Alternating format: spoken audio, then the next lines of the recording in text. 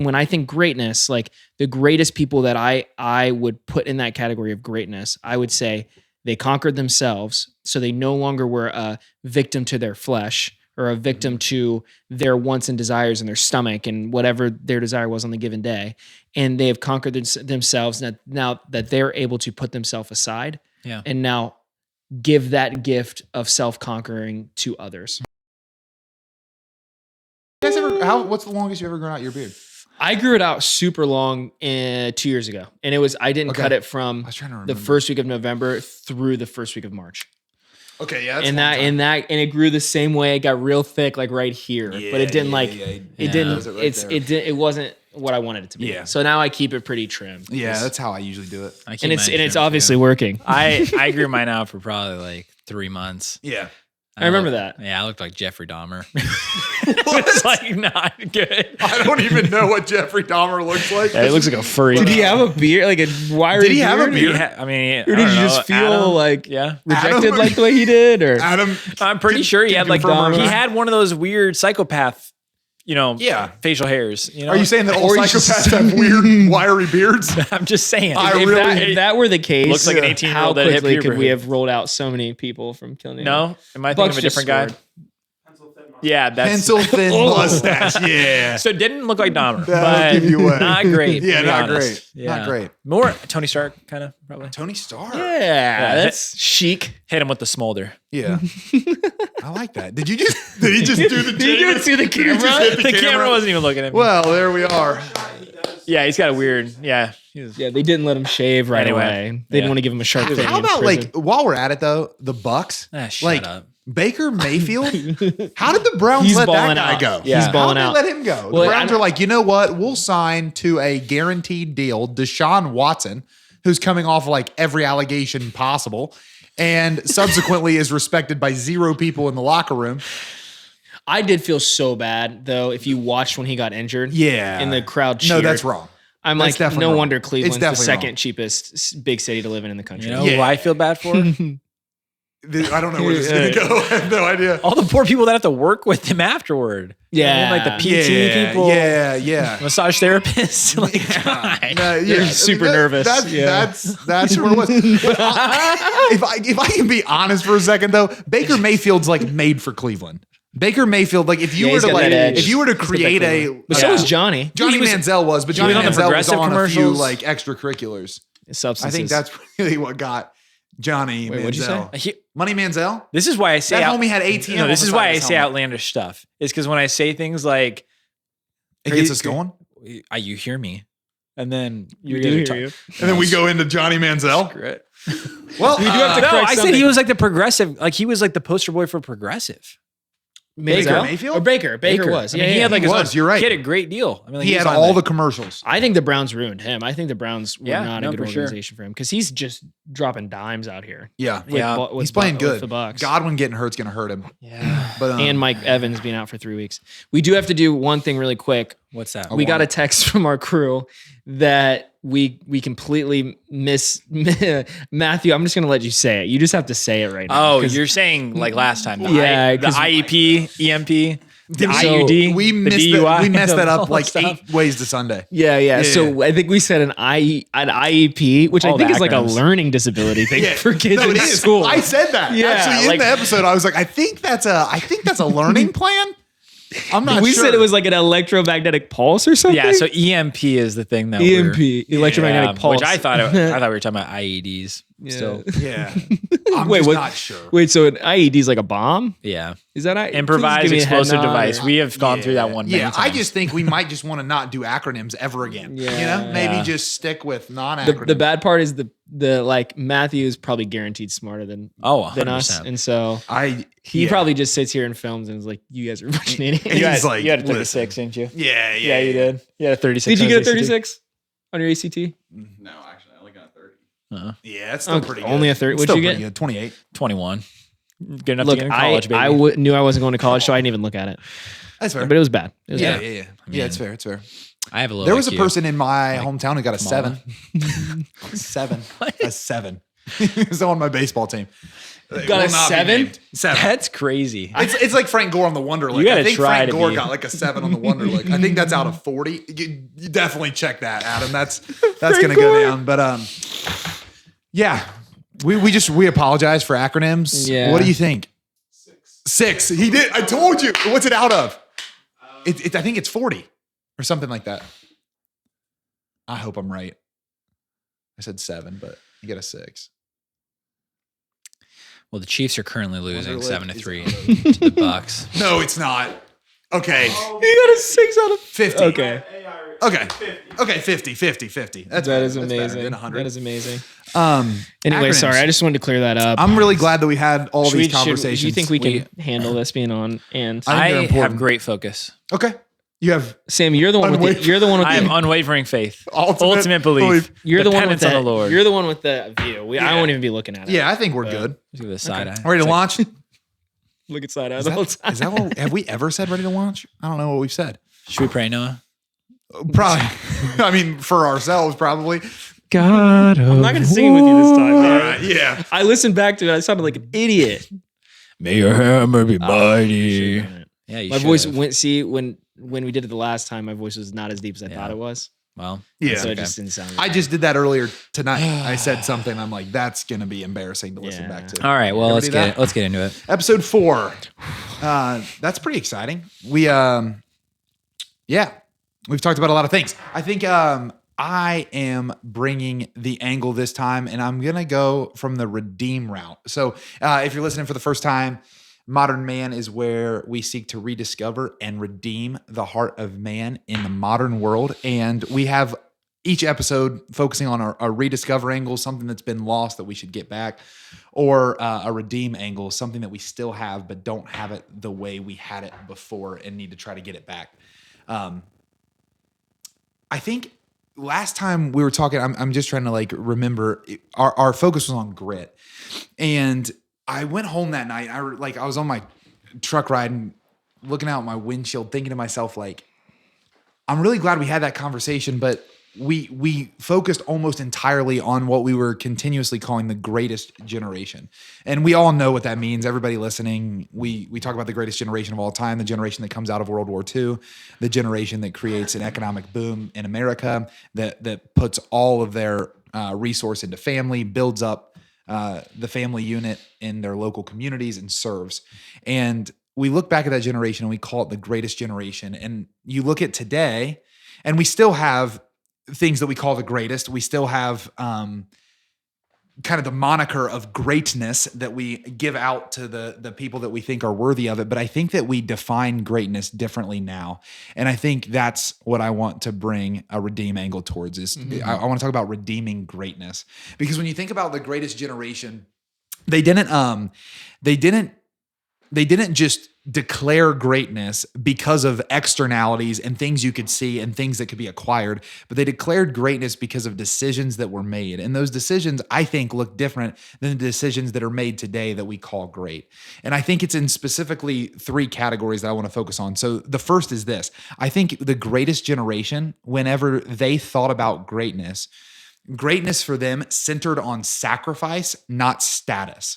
And so what I mean by that is, like, the greatest generation saw greatness as the amount that you could give, not the amount that you could get. And like, just think about World War II in general. We were talking about D-Day a little bit last time. Like, when you're storming the beaches of Normandy, like you're literally getting out of your boat as it drops its like front bow into the ocean. And as you like go forth from the boat, if you're in the front, you're going to get shot, and the person behind you is going to get shot, and the person after them is going to get shot. But the only hope for you to actually get to the turrets is to get 5 yards further up the beach and to pour yourself out completely there. And there was something admirable about that. There was something calling those men to those 5 additional yards. And I think what that was is how they perceived greatness.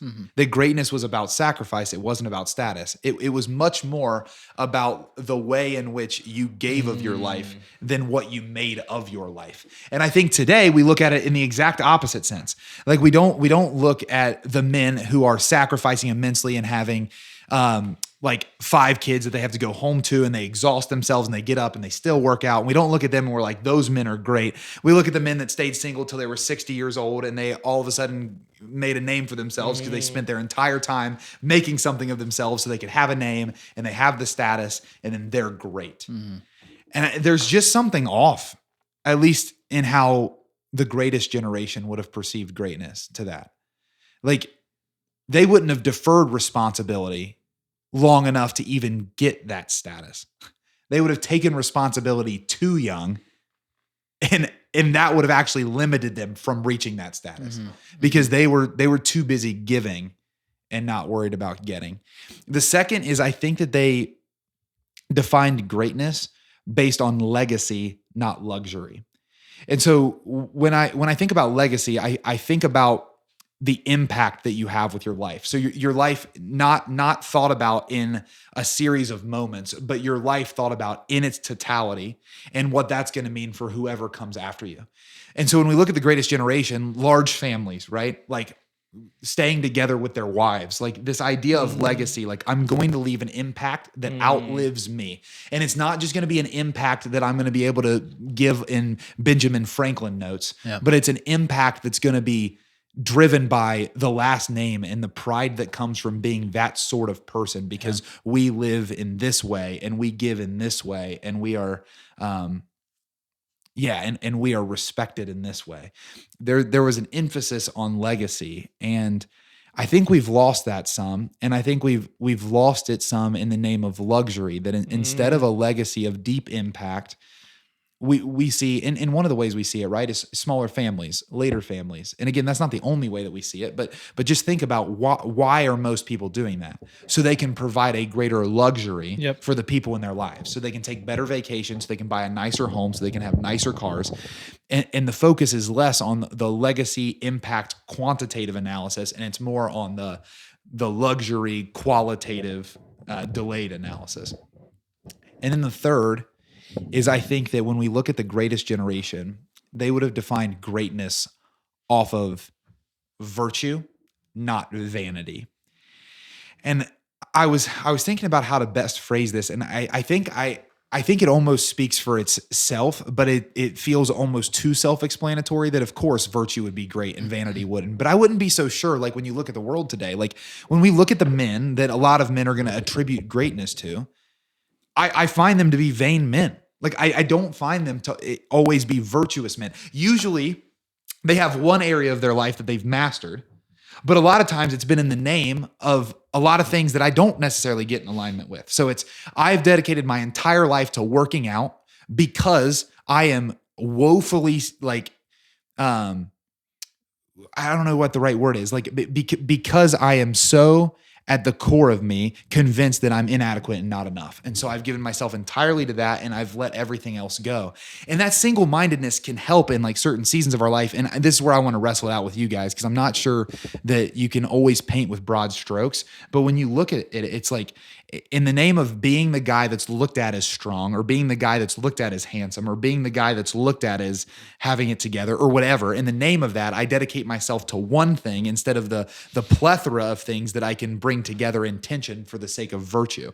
So like, yeah, it's beautiful that like one of the mentors in my life, I was talking to him. He's like, in your 20s, you should absolutely blow past your limits, because to know a limit as a limit is to be beyond it. And if you never go beyond your limits, you'll never know what you're capable of. But then in your 30s, what begins happening is you have these different pools to responsibility, and it starts almost by necessity having you fail. Mm-hmm. So you fail in being as present to your wife as you desire to be, and as present to your kids as you desire to be, and as present to work as you desire to be, and as present to that mission that you have in your life that you really feel devoted to as you desire to be. And like, you can just put that into all the pockets, but it's exactly in those tensions that you realize just how much work needs to be done in the pursuit of greatness. It's not in just seeing one thing and doing that forever and having people look at you as the expert there, but rather it's in holding these things in tension. And one of the primary ones that I'll throw to you guys that I've found is the greatest men that I know, they hold the virtues of humility and magnanimity in like amazing tandem.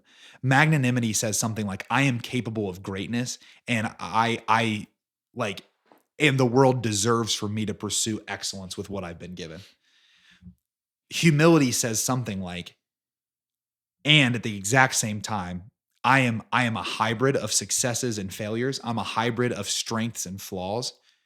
And if I'm not pursuing all of those to try to become as complete as I can be, then I'm losing out on something. And so I think the humility and magnanimity tandem allows us to live in virtue, not just vanity. So again, I think I would label it in 3 ways. Greatness used to be defined by sacrifice, not status; legacy, not luxury; and virtue, not vanity.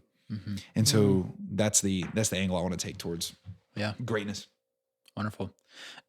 Yeah, I mean, I think you set us up for a really great conversation. And so I'm excited to dive into it a little bit more. I think something that, not to push us right off the bat, but I'm curious, because I think we can, one of the struggles that I have, and I think we probably all tend toward this, is judgment, right? So I can look at, I can scroll through social media and I can see individuals that it's like, yeah, you are just insufficient, or you are just an insecure individual. But then I think I struggle because I'm like, am I just judging this person? But then there are people where it's like, have you ever seen the ads that come across where it's like, I'm looking for 10 men in their 20s and 30s that want to make $100,000 in the next 6 months. And I'm going to teach you the secret sauce. And it's like, your douche. Like, but it's truly like there, you can sense the bull crap in some people's mission. But then there are some people where I'm like, I actually don't think that you are, all that far from the kingdom of God. You know what I mean? Like, I think that you have single-mindedly devoted yourself to what is it greatness in total altruism? Probably not. But there is this something where I can look at someone like Patrick Mahomes or a Michael Jordan, or someone who has crafted themselves into an excellence that I'm like, I can appreciate that, even if it doesn't maybe carry the same moral standard that the view that I look through. So what I'm trying to ask, I guess, is, Brad, and I'm going to put you on the spot. So when you say there are men who the world looks up to and says, these are the great men, who are those great men? Yeah, like the ones that are coming to mind are just just in no particular order. Like I'm thinking like the Andrew Tates of the world. Like, so this is a guy that is intellectually gifted. This is a guy that's physically gifted, right? Like a world-class kickboxer. And yet at the same time, my constant like pushback is when someone declares that like that's a great man because of his followability and likability and things like that. I'm like, I'm not sure I want to ascribe greatness to that. Yeah. Like there's success there. So I can ascribe success. But for whatever reason, like greatness to me feels like it has a more all-encompassing package than just what I'm seeing in that. Yeah. But that's the reason I wanted to bring it up, is because I'm like, I wrestle with it, but I'm not exactly sure. Another example, and I know that like we're just going to be releasing this on the other side of election time, but like I find a similar argument with like Donald Trump. Like I think he we've talked about him a couple times on the podcast, but like I think he represents something that's meaningful. And I even think that there's things in his life that you can look to and say, that's the reason why I believe him to be the right fit to lead the country in this season or whatever. Yeah. But when I look at him, am I like, that's a great man? Like I hesitate because the type of man that I ascribe greatness to is the type of man I'd want my son to be like. Certainly. And I don't know how to fully that. I think the reason why I push and ask the question, so I think I love what you shared of like sacrifice over status, legacy over luxury, virtue over vanity. Mm-hmm. I think that's, it paints a really good picture of where I think I hear that, and I know, Noah, you hear that, and we're all like, I totally agree with that 100%. Like, I think that is the aim of life. I think when we talk about terms like greatness or like any big meta word like love or mercy or forgiveness, like we can hear the word and we can give examples of it.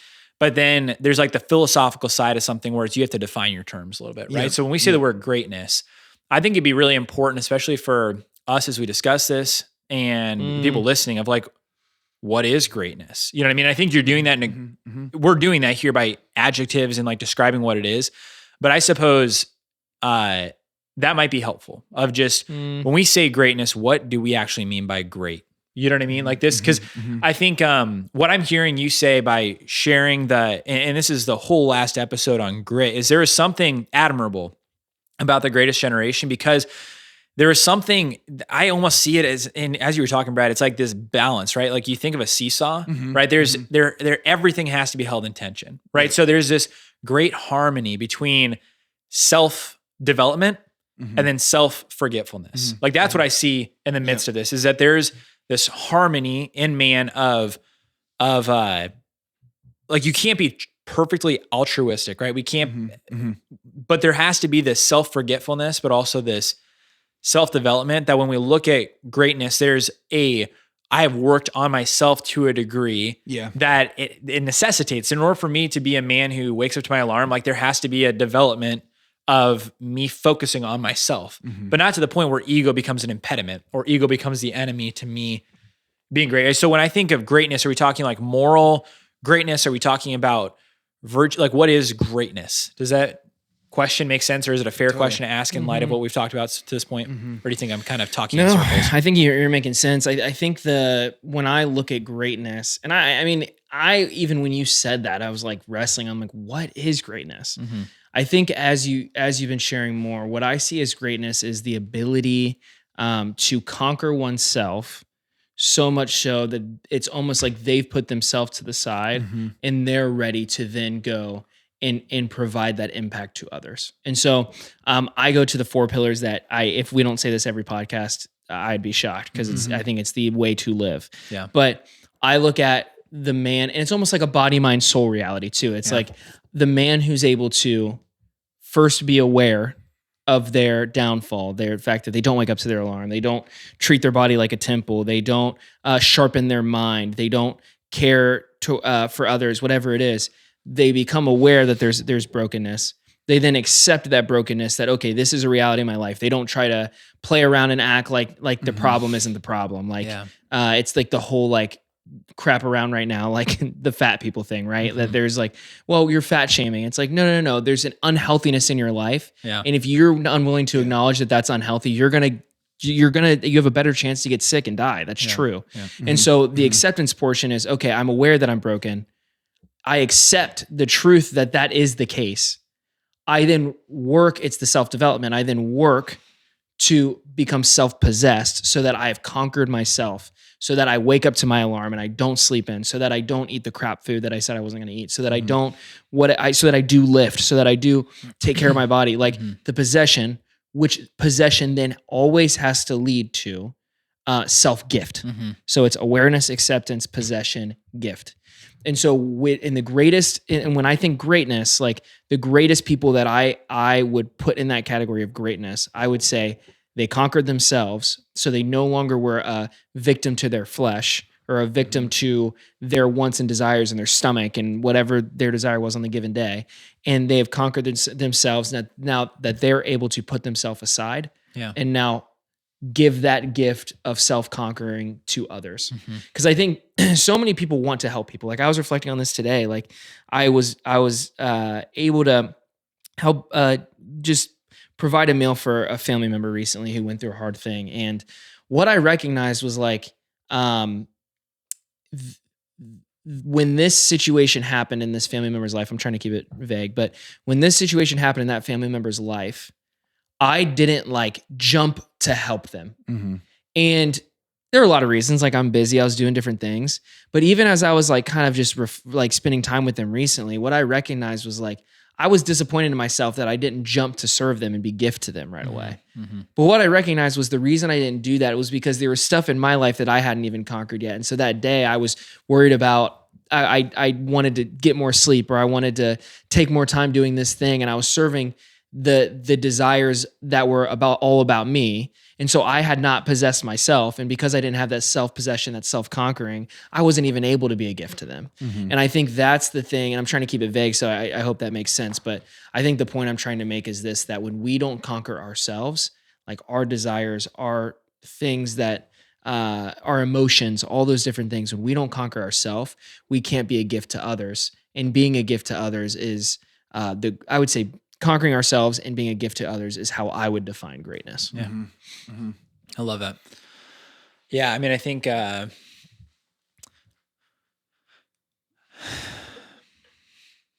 awesome. Yeah. I know Brad laid these 3 points out, and I was Yeah. like, so this should be a talk, and I don't know if we need to continue this podcast. No, I mean, this is really good. I think But- the definition thing matters. And I'm over here. I was listening to what you were saying, Noah, and I agree. I agree with almost everything you were saying.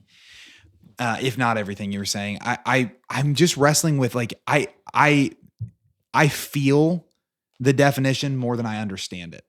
So like something about like being around a sort of person that you see as great is easier for me to indicate than my ability to define it. Yeah. Because it has something to do with someone who's taken maximum responsibility for their life, and that the maximum responsibility that they've taken for their life has led to maximum possible development of themselves in their life, which has led to maximum possible gift of themselves in their life. Yeah. Like I think where I get caught up is when that trajectory stops. So when I become the end that I'm pursuing, when me getting stronger is actually just so that other people will think of me as strong, or when me getting smarter is just so that other people would see me as the sort of person who's smart and deserves to be listened to. Yeah. Like at some point, when that stops, it's hard for me to ascribe perfect greatness, if you will. Like I can look at like Michael Jordan and be like, he was great. There's no question that he was great in that given thing. When I look at the totality of his life, do I think he's a great man? I don't. Now, I don't even mean, but I mean that the same thing with, if I was making the argument with LeBron James, I'm like, I think he's great. I think the greatness that he exudes on the court is second to none that I have ever seen. Yeah, second. Second to none. Second to Michael Jordan. But anyways, continue. Yeah. Sorry. But like I think that when I look at the totality of his life, it's easier for me to ascribe greatness. But he even falls short for me. But I'm saying like it's easier for me to look at like, okay, like present to his kids. It's easy for me to look at like starts a school in his hometown that he really hopes actually makes an impact. Like I'm able to see those things and be like, there's something moving towards a more holistic picture of greatness here for me. I still, because of some other things, like don't get there fully, but I think it's really any place that it stops. So what I'm trying to say is, if we lower the bar of greatness to just give it to those who achieve status and things, we're effectively just lowering greatness to mean I celebrate your giftedness. Yeah. That's really good. I think that what I'm going with this, and I think this is why what we're doing and this conversation is really geared around having the conversation of how do we sharpen ourselves as men to become the men that we are made to be, right? So like I think my ultimate goal in this is truly self-development. Like as the men, listeners that hear this, that they would hear the words, the questions we're wrestling, the topics we're talking about, and that it would take them one step closer to who they're made to be. Like that's my hope here, is that this conversation grows me to become the man that, and I think that the tricky thing is we're dealing with mere mortals, right? So every single person is going to fall into that category, right? So I think, and I'm not trying to disqualify what you're saying at all, Brad. I think if anything, I'm trying to qualify. It's like the tricky nature of this all is we can look at people and we can either do one of two things. We can either like sanctify them, right? So I look at the rose-colored glasses through Michael Jordan's life. Like I can be like, you're freaking awesome. Yeah, right. Like, and then I can demonize other people, right? And so, other people. Yeah. But there's this nature of not every single person, unless we're truly looking through the lives of like saints. Yeah. Can you see like this person had immense qualities? Like, and so when you were talking, I pulled out my phone just to look at, because we were talking about this definition of what is greatness. And the Greek word for greatness is megas. So megas. And the words that the root for it is surprising, like tall, large, in stature, like something grand. And the immediate thought that came to my mind is, and I'm going to nerd out here for a second. I don't know if you guys can resonate with this at all, but I really like the Lord of the Rings, right? So in the Lord of the Rings, there are different creatures, different things that have large stature, right? So there's the wizards. And even within that, you see Gandalf, who's this like immense altruistic figure who his purpose is to help Middle Earth and the people that dwell therein. But then you have like Saruman, who's not a great wizard. He's also great in stature. And then you have these things called the Ents, and they're like these magical tree creatures. And I'm going to start to lose people here, but there's right. They do, but there's this magnanimous thing about them. There's this great thing about them. And I think it's because the reason my mind went there is because there's something within all of us that ascribes to greatness, but we could either be called to, and this is like the whole, C.S. Lewis's poem, The Weight of Glory. If you've never read it, we should put it in the show notes because it's insane. Have you guys read this before? I have. Yes. Not in a long time. You should read it. So it's a part of like a sermon that he wrote. But The Weight of Glory basically talks about this, that inside each of us, there is a great capacity for a great evil or for a great good.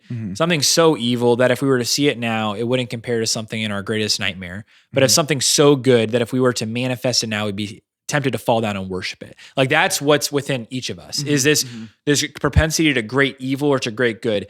And so when I think about this and kind of dissecting people and dissecting circumstances, everyone's going to fall short, right? Because everyone has fallen short of the glory of God. But what we're doing is being able to fashion, who do I want to be, right? So when I look at David Goggins, I may disagree with like how he carries himself. We've had this conversation before. I'm like, dude, I do think there's a little bit of a pompousness to the way you carry yourself. I do love the grit though. Like I love the fact that he is able to run very long distances and not complain. And he's able to go through very hard things. Like I want to be able to go through hard things like David Goggins has. You know, I want to have the type of intellect and, thinking through hard things that Einstein had. I want to be able to look at my life and to be able to see those who have gone before me in measured up in greatness in their arena, but then become great in as many arenas as I can. Like that's when I look at greatness in my life, it's again, it teeters on that edge of, self development, but then also self-forgetfulness. I need to be able to develop myself so I can become a gift to others, so that when I'm giving myself away, I'm forgetting about myself, right? So when I'm in my meeting today, I'm not thinking about how can Sam advance his position in this department and elevate all these people and then get pay raises and scale himself up in this organization. No, how can I see myself as a gift, right? So when we talk about like that whole idea of ultimately, where does it end? Where's the fulfillment of life in a sense?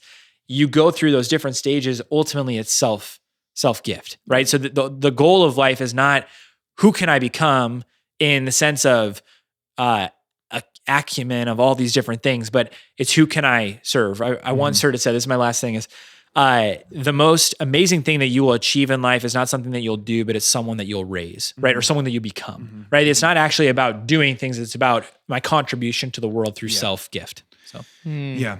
I think we know that innately. And maybe the technicalities that you're getting at too, Sam, is that maybe the way that we need to redeem greatness isn't by making it like someone who has to be all encompassing, but maybe the way by which we should look at greatness is seeing people that are great in certain arenas and understand why we feel that way and begin to try to integrate it into our lives so that we can be a better gift, because it is like, it does escape me sometimes. Like if I'm trying to just sit and define the greatness that I see in men, because it's not perfection. So I don't think that's the limit, because I think there's plenty of room for mercy and for development after a fall. Like some of the greatest men I know, I think actually fell the hardest. But I think I'm starting to get to something. I think there's an admirability to their lives. Like anyone that I ascribe greatness to, and maybe it's better to extrapolate this out and to say there's arenas like this, but I'm saying like the men in general that I would just be like in a general category, that is a great man. Yeah. It's usually the man that I'm like, if I lived that life, I would be better for it. Yeah. And I think it's like, and there's so many facets to that. And so maybe that's why the greatness in arenas, maybe that's why we should look at Jordan and we should look at Goggins and be like, hey, they're great in these ways. They're great in tenacity. They're great in commitment. They're great in these things that I want to be great at too. But I know that that's not the whole puzzle. I know that these other arenas need to have greatness pursued in them too. Like I know I need to be like faithful to my wife, and I need to love her even when it's hard. And I need to receive her love even when it's hard. And I need to love my kids, especially when it's hard. And I think when we look at these arenas of life, like maybe that's the best way to perceive greatness, you know? And then it's the attribution of greatness across those or amongst those that you then attribute to a great man. Yeah, and I mean, I think that's why we have to wrestle this out, right? Because I think we, if not doing something like, I think we can sit around and, I mean, we've done this. We can literally sit around for 3 hours. This is how this podcast came about. We can sit around for 3 hours and just talk about convicting things. We can talk about, you listen to stories of individuals that it's like, wow, they're impressive. Well, it's like, I just think if we don't take the next step, and I'm not assuming to know what the next step is of implementation of that, then what we do is we just get inspired and we get convicted, and then that wears off, right? So it's like, I can hear a story like David Goggins, like all the stuff he went through. I can hear, I mean, there was someone telling me the story the other day and I was like, that's insane. Like the story of this 7-year-old boy who grew up in England, and his parents were like, it's best for you to go to this boarding school. And so they ship him off to this boarding school, and he doesn't see his parents for the next 10 years, 15 years of his life. And he's writing to them frequently. He's asking for visits. He's trying to call them, get in contact with them, and they never respond. They never come and visit. And the whole time he's just like, where are my parents at? But this whole time he's developing the narrative of, I'm going to be a great man. I want to defend my country. I mean, there's just crushing details in this of like his father, who was a political businessman, came to town and didn't even visit his son.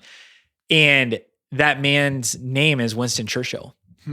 And he grew up to be a great man. Like no one modeled it for him. Like actually the person who was supposed to represent it best for him was completely void of any permanence in his life.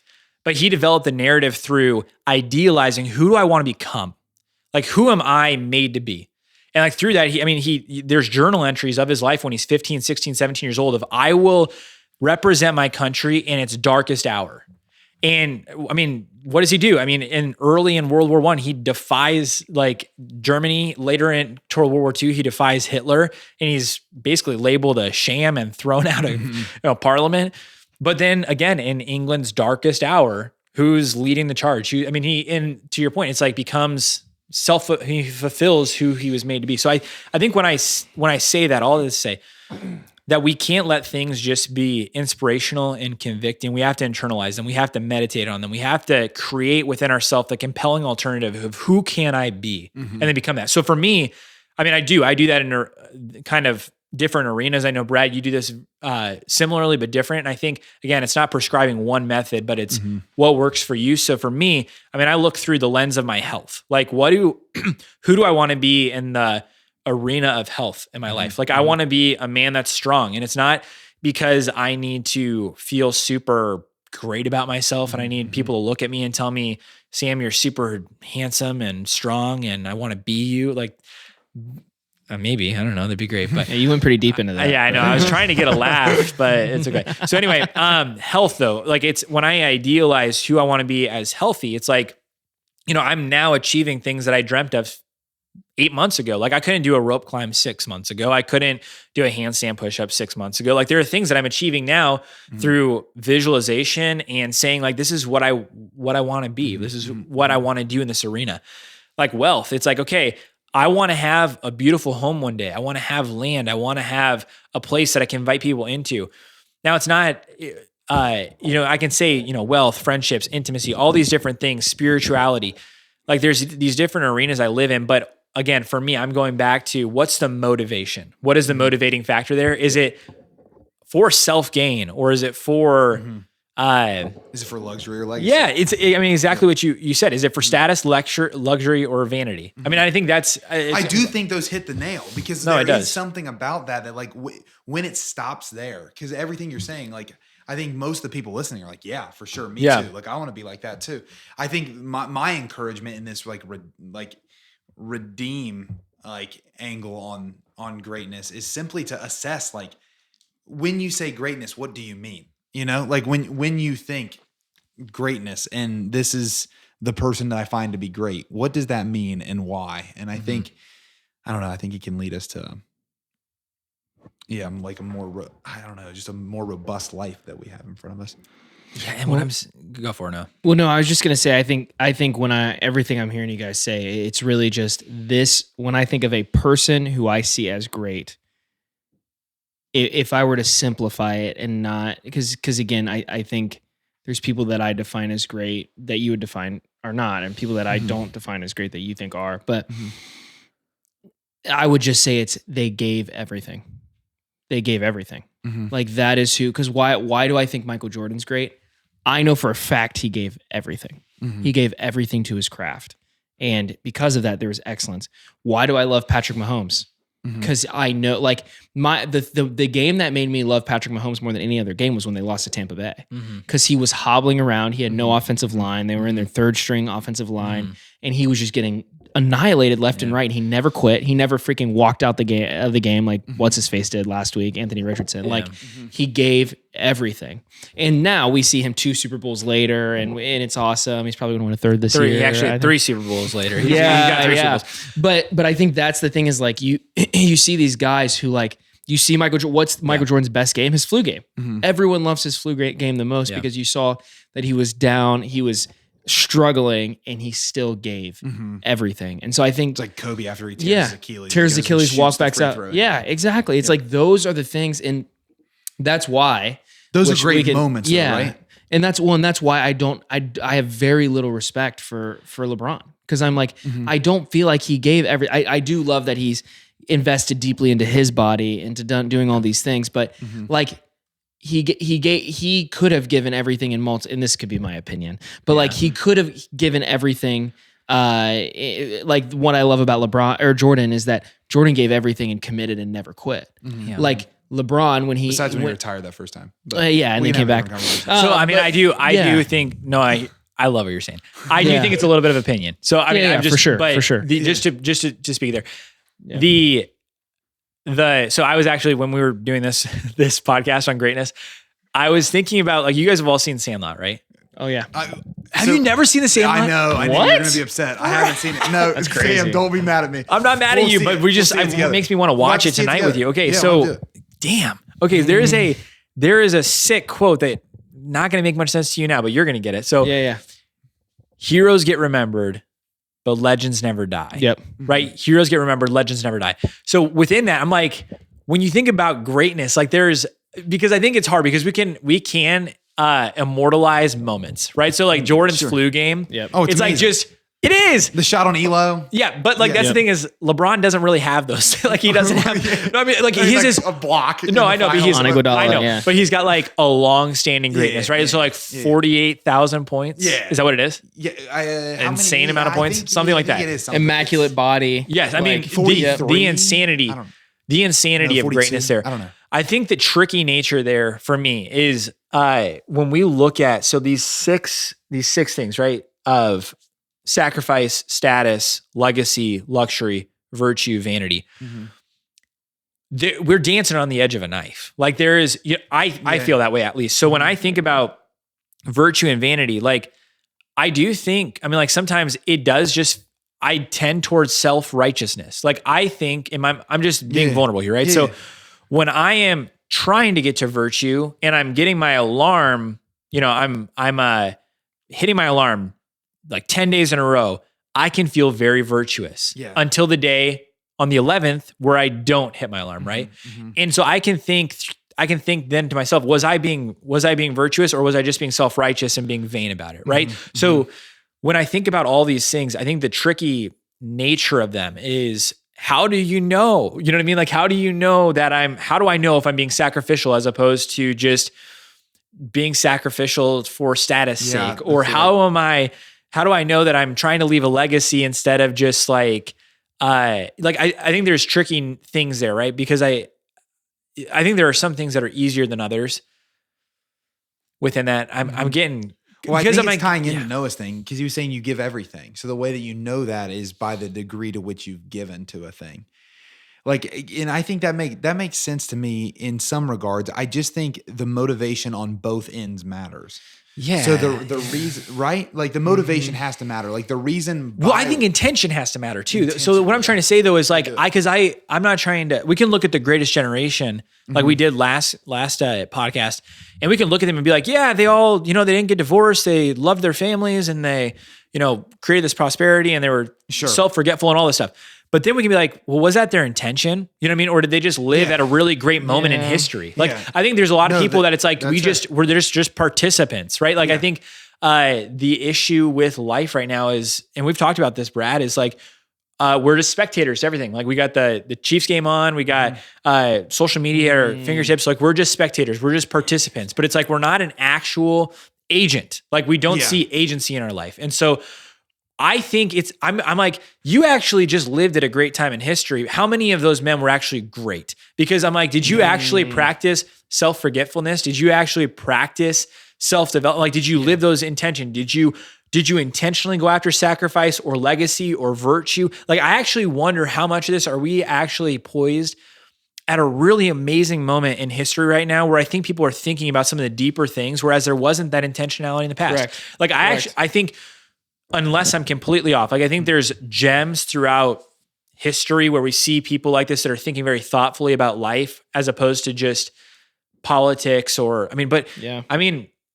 I think we're poised in a time of life right now where people are tackling these great issues and these great things and philosophizing again since maybe the Stoics or the Greek philosophers where they contemplated the greater issues of life. Like that's what I'm trying to say is I don't think you just get here by accident. I think there has to be an intentionality. So there are people who just stumbled into this by virtue of the time they lived in because it was a prosperous, generally virtuous generation. We are living in a post-Christian modern society that doesn't give a damn about being virtuous, that doesn't give a damn about whether or not you think a certain way or everything is about self-gain, self-gratification, self-soothing, self-medicating. Like everything is about the self. Wow. That's where I'm trying to get is I think we have lacked intentionality almost exclusively in the last 100 years, and right now we're asking. Yeah. Well, we've never even had. This is crazy. We've never even had access to intention.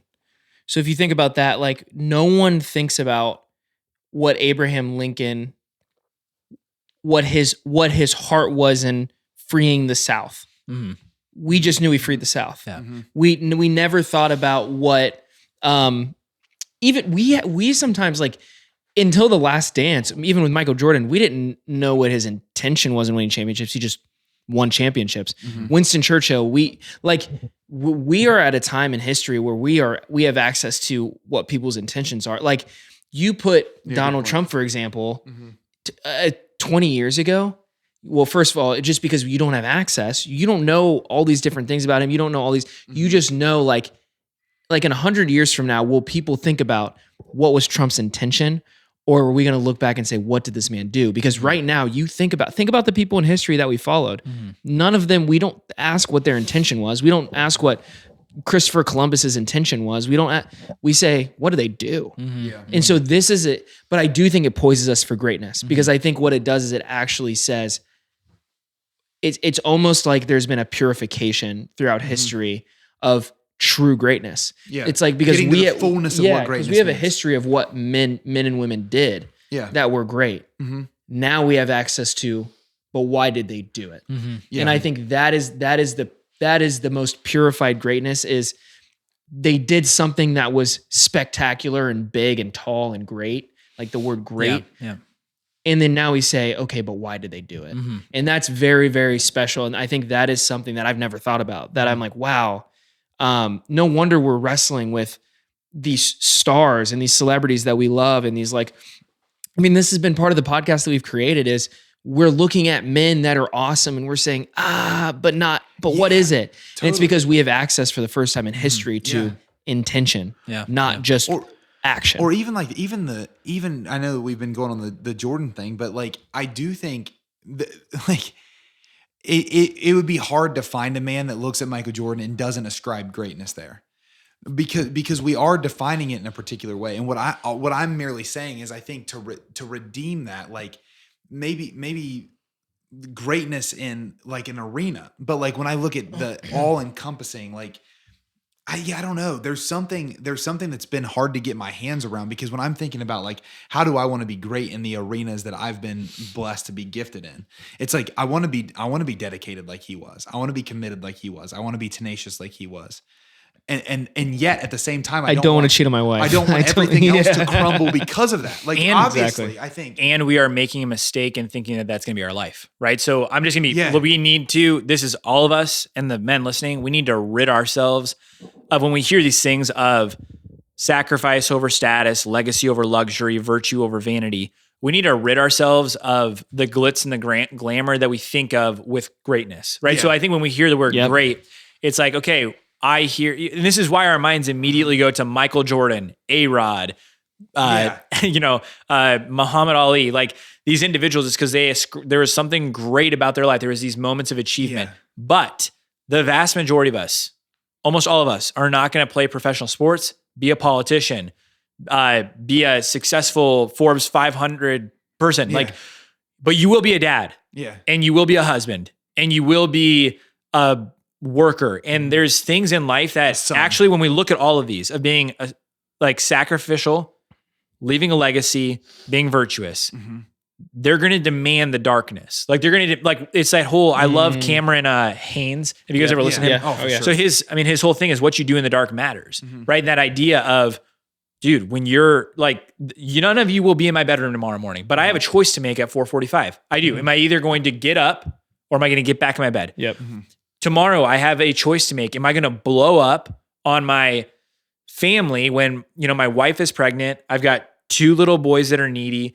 The things of the, like, everyone's asking shit of me. Like, this is, this is just me rending my heart for you guys. Like, I didn't even make it until 8:30 this morning before I looked at my wife and said, this is just exhausting. I've been up for 3 hours and everyone's asking something of me and I haven't even had my breakfast yet. Like, it's just that, but that's what's going to pull in us, right? So when we think about being great, it's not going to come about by just like, I dream of Jeannie, like, and it's going to happen, right? Yeah, It's going to come about through and this is where, like, I love how the podcast is building on. So this is going to come from the fight. This is going to come through the struggle. This is going to come through saying like, okay, I want to be a man of sacrifice. It's worth fighting for. I want to be a man of leaves a legacy. It's worth fighting for. Being a man of virtuous. Like, it's going to come through the day in, day out grind toward these things. And it's not going to happen where people are patting you on the back or giving you participation medals or giving you like incentives for it. Yeah. The incentive is the fact that you will become someone that no one can take from you. That you will be a man who is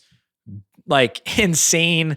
Just insanely a man. Yeah. Well, also, I love everything you're getting at. It actually has my thought on like that, but that's the point in the redeeming greatness piece is like, if you're listening and us at this table and us in this room, like, do you want to be great? Like, it's the Hamilton musical. Like, do you want to be great so that others say you're great? And if you do, who do you want to say that you're great? Yeah. So we can sit at this table and talk about the great men of history, or even the great men that we've seen in our lives, like the Jordan, the LeBron, like whatever. Like, we all have preferences in those realms.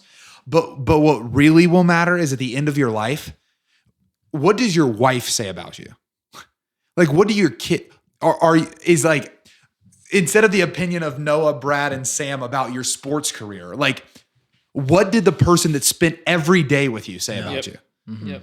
Like, what was their assessment of greatness? And they're going to determine it off of those things. They're going to determine it off how sacrificial this man was for me and for the ones that he loved. They're going to determine it off of how devoted was he to leaving a legacy that outlived him. And they're going to determine it off of how virtuous was he? How committed to his word was he? How often did he show up even when things were hard? How often did he do the thing that no one was going to give him attention for, but he knew was right, so he did it anyway? Like, those are actually the things that at the end of a life, like, because at the end of the day, even if you do live an amazing sports legacy, like when Jordan dies, it's not going to be us three that go up and like commemorate him. Like, it's going to be the people that played with him. It's going to be the people that knew him. And ideally in the perfect world, it would be the wife that you lived with and built a life on, right? That goes up and is like, this man, like, gave life all he had. Yep. And like, that's a win. That's the biggest win you can have. And so I think redeeming greatness to not just be a narrative that we would like a ton of other people to have about us, but rather be something that we participate in is a huge shift. It's a huge shift. It's not it's like Hamilton, the end of the Hamilton musical. It's who's going to write your story? Like that's the closing song. I love the musical for 1,000 reasons, but at the end of it, it's like he spent his whole life trying to work the angles to make the story better. He embarrassed his wife in front of an entire country by getting out a pamphlet about his affair so that he wouldn't be embarrassed, but he'd get ahead of the story. But like at the end of the whole musical, it's like who lives, who dies, who writes your story? Like who are the people that are going to tell your story? And like he dies at the end of his life in a meaningless draw because of pride. And at the end of the day, his wife, because she chose forgiveness and saw through his flaws, at the end of the day, still speaks so highly of Hamilton and starts orphanages in his name and things like that. And then there's a power to that, but there's a power to that not actually because of most of what he was pursuing. Because what he was pursuing was a narrative, when what we should be pursuing is a life well lived. And I think that might be getting my hands around the tension that I have, with it. So I think we have to ask the question. I don't. This is like a part 10. We're gonna do. Like it's classic. It's like every single thing we bring up. How good it is. But I think the question you then have to ask, because I think we're defined. I think if I boil it down, we're saying living a life to the full. We gave life all we had. Gave life everything. How do we give life everything? And I think we've hit different pieces. I think a piece that I see is just. We need to answer that question. And I think that's like 7 more shows of content before we can answer it. A piece that I see in this is just how do we spend our time? Right. And so like, how do we, I know a guy that I'm pretty close with. I spoke with him this morning and he lives on the East Coast and he's probably in his mid 40s and he was a professor at the Naval Academy. He was in the military. He started his own school. He's written I think it's an 800-page book. He just became the president of a massive association across the country. Every time I turn around, this man has done something new. Like he's done so much, and he has 4 kids. He basically is a foster parent. With him and his wife are foster parents for kids coming through their house. They just adopted another kid, and it's just nonstop. Like he has a consulting firm as well. I mean, the dude has done a million things. And I was talking to him this summer, and he was just like, he and I were having a long conversation, and I was like, "How do you do it? Like, I'm trying to do 2 things, and I'm single, and I'm not married yet. Like, I don't have kids. How do you do it?" And he just said that every minute of his day is assigned to something. And even if it's intentionally spending time with his family, there's an assignment on every minute. And so I think that's a step to take. And I'm not there yet. Like I haven't placed an assignment on every minute. Yeah. But there's an assignment for him on every minute. And because of that, he's able to achieve way more than what anyone I've ever met has achieved in a lot of ways. Like he's able to do so much because he has an assignment on every minute. And I think that's one way. I think last night I was helping out with a youth group down in the southern part of the state. And this woman that runs it, like she does everything for the night. And every single time, like when I'm there, I'm so inspired by her because when I'm there, I'm like, you give your full force to everything in this night. And you give your full force to texting me 2 months out and asking if I can come and help. And then 2 weeks out, you send me a text with the information I need. And then you put it in my calendar. And then like she gives this full force to everything she's doing. And so I'm talking about 2 different things. I'm talking about not wasting time and approaching the time with intensity. Because I think those, I got really good at assigning my time. And I think in my life, I'm actually pretty strategic at assigning my time.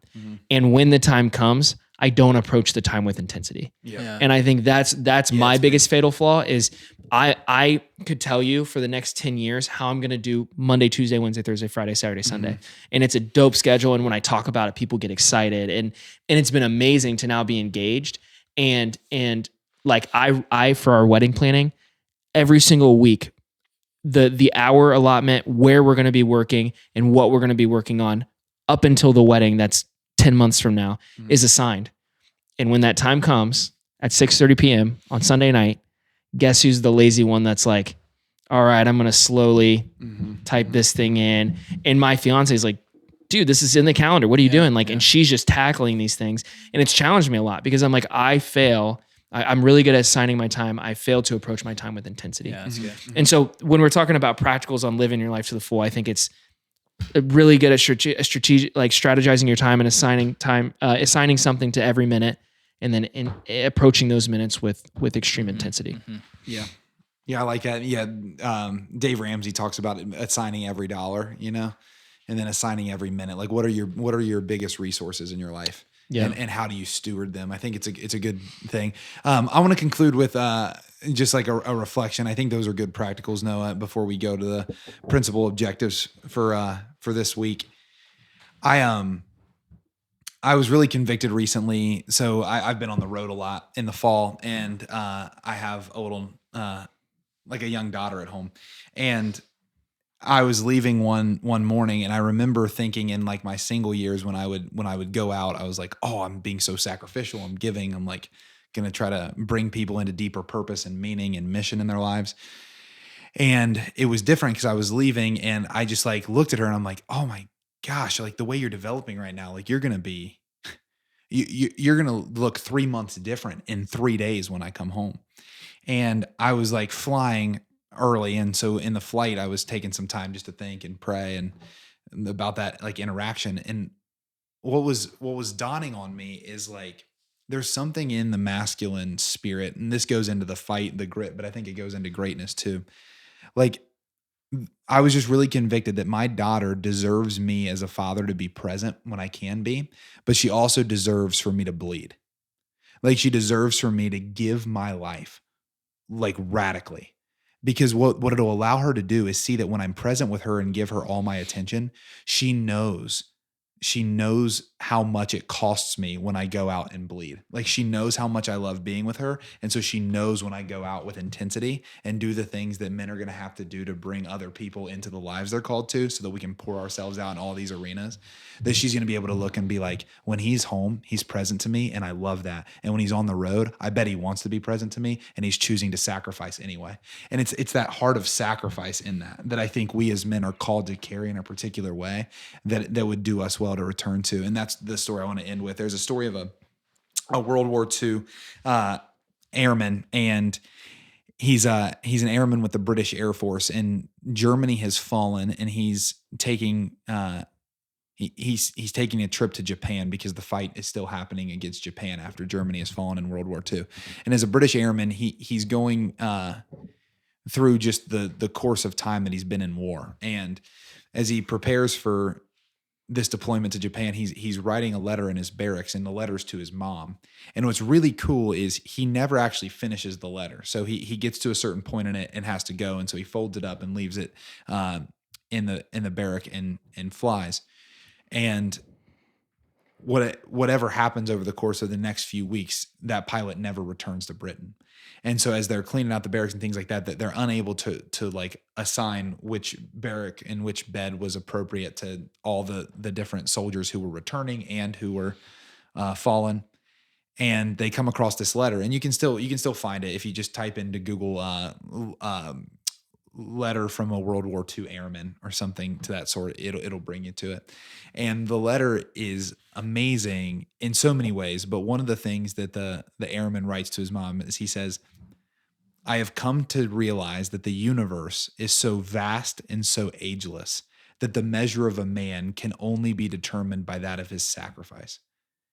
And like his entire like extrapolation of it's like everything you ever do in your life will have been done before. You can find the cure to cancer, and a cure to a once thought incurable disease will be found before. You can hit a game-winning shot in your next basketball game, and a game-winning shot's been hit before. You can win another championship, and championships have been won before. And you can like, and you know, like it's this extrapolation of like, you can do whatever you set your mind to. And at the end of the day, it will all have been done before. The one thing that has never been done before and can never be done again is you giving your life completely. It's impossible because there will never be another you. They'll never have the same circumstances you have. They'll never have the same family you have. They'll never have the same friends you have. They'll never have the same gifts as you have. It's that's yours. And that's the measure of a man. And I remember when I first read that, it must have been like a decade ago now. I was blown away. And I think only as I've gotten older have I realized more and more the depth of it. And so I think wrestling with greatness and with grit and with fight and all the things we've already been talking about is the way to go.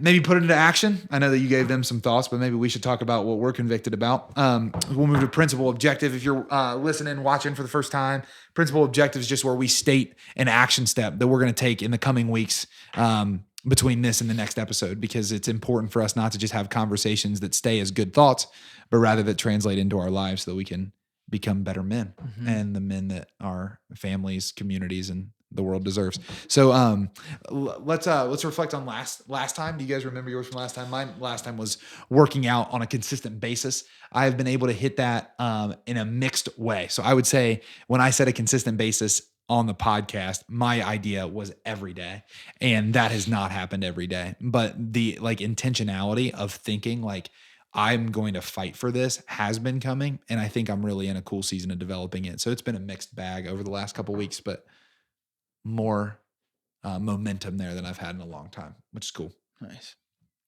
You remember yours? We're both screwed. We don't remember. No, I think I'm not even gonna try to guess, man. No, I don't remember. I know what I'm working on in my life, and this is actually a problem because I need to remember this so that I'm consistently doing it. I want to say mine had something to do with that consistency in my mornings and tackling those times. And I'm not where I want to be in that. Mm-hmm. And I think this is good because it's like, yeah, I'm tired of saying I'm tired of saying that I'm not executing it, right? Mm-hmm. And so I need to get there. And this week has it's Monday, but it started off strong. Come on. That's you win Monday, you win the week, baby. Yeah. But that's I'm pretty sure that was my last one. Yeah. It's a problem that I don't remember it. But if that was the one, then I'm still working on it. Mm-hmm. So yeah, I'm not even gonna try. Yeah. I'm just being honest. I think because I think I did cold showers. We recorded it longer yeah, it's been a minute. So yeah.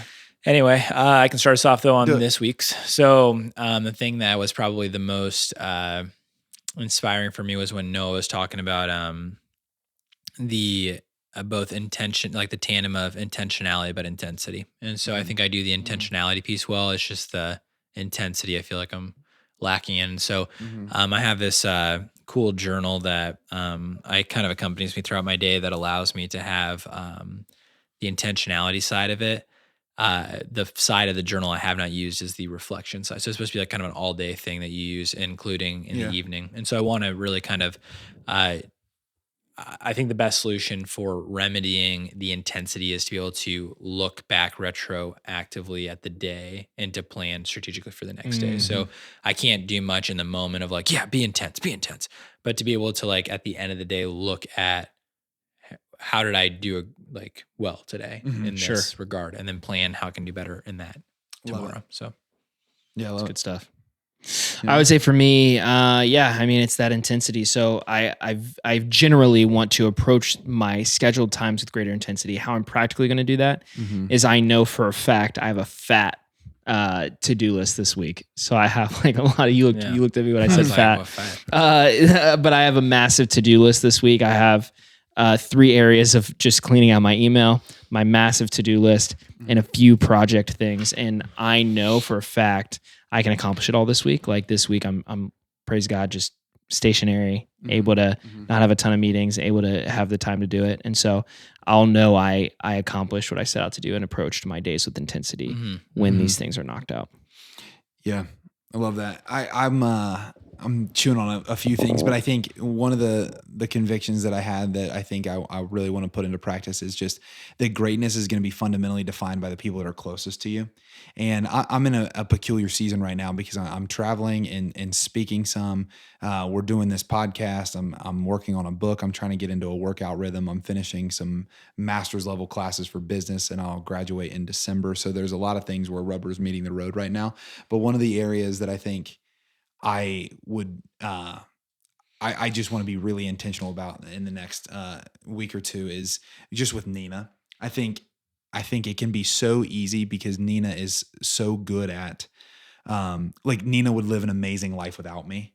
But I think really just investing in hey, how can I be serving better? Like giving real permission to like have her share with me what I can be doing more at home, like how I can be the sort of husband and father that home deserves to have, and entering into like intentional conversation about that, and then allowing her to like check in with me on that, I think would be really, really positive. We already have kind of a date night every week and a kind of a state of the union night every week where we do a couple hours of just like, how are we doing logistically and how are we doing with our hearts? I think just giving her real permission of like, hey, I know that I've been kind of stretched. I'd really love for you to let me know, like, how can I be better here within these walls? Cause this is where things really matter. And I think if I can do that, that would be a gift, be a real gift. Yeah.